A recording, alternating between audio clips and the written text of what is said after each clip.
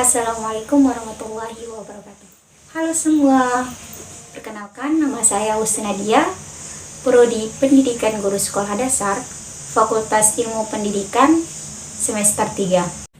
Baik, di video kali ini saya akan membahas mengenai pendidikan epistemologi, yang dimana di sini saya membagi epistemologi itu menjadi 3 bab. Yang pertama, pengertian epistemologi. Yang kedua, hubungan epistemologi dengan pendidikan, dan yang ketiga, epistemologi pendidikan menurut beberapa aliran. Yang pertama di sini saya akan menjelaskan tentang pengertian epistemologi.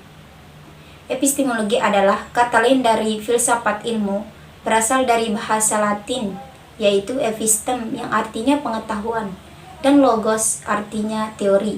Jadi, epistemologi berarti teori pengetahuan, atau teori tentang metode, cara, dan dasar dari ilmu pengetahuan, atau studi tentang hakikat tertinggi, kebenaran, dan hakikat manusia. Dalam filsafat, epistemologi merupakan filsafat yang meneliti asal, struktur, metode-metode, dan kesahihan pengetahuan.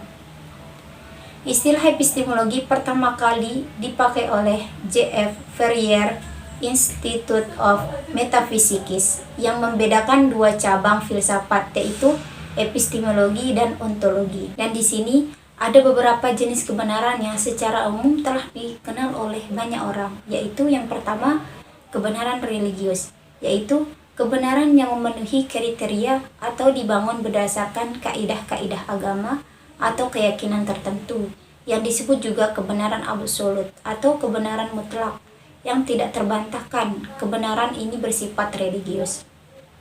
Yang kedua, kebenaran filosofis, yaitu kebenaran hasil perenungan dan pemikiran intelektual tersebut bersifat subjek dan relatif, tetapi kontemplatif. Yang ketiga, kebenaran estetis, yaitu kebenaran yang berdasarkan penilaian indah atau buruk, serta cita-cita rasa estetis. Artinya keindahan yang berdasarkan harmoni dalam pengertian luas yang menimbulkan rasa senang, tenang, dan nyaman.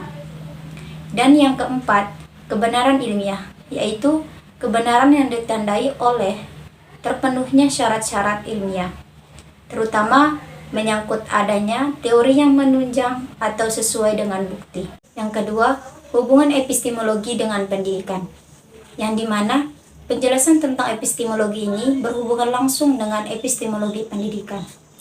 Epistemologi pendidikan adalah filsafat tentang sumber-sumber pendidikan dan seluk-beluk pendidikan.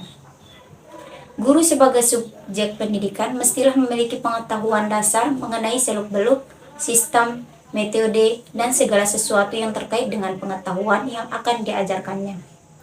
Tugas utama seorang guru selalu diasumsikan dengan aspek pengembangan intelektual subjek didiknya. Oleh karena itu, suatu kemestian bagi seorang guru untuk mendasari apapun keputusan-keputusan dalam reliable. Dengan demikian, dapat dikatakan bahwa seorang guru akan mengajarkan suatu ilmu secara profesional ketika pengetahuannya disertai dengan kemampuannya mendalami dan mengembangkan ilmu pengetahuan itu baik dalam lingkup sumber, sistem maupun metodologis dan aksiologis. Dan yang ketiga, epistemologi pendidikan menurut beberapa aliran, yang dimana di sini diawali dengan perkenalan pengertian atau definisi secara teknis guna mengungkap substansi persoalan yang terkandung dalam konsep tersebut. Hal ini berfungsi mempermudah dan memperjelas pembahasan konsep selanjutnya. Misalnya, seseorang tidak akan mampu menjelaskan persoalan-persoalan belajar secara mendetail jika dia belum bisa memahami substansi belajar itu sendiri.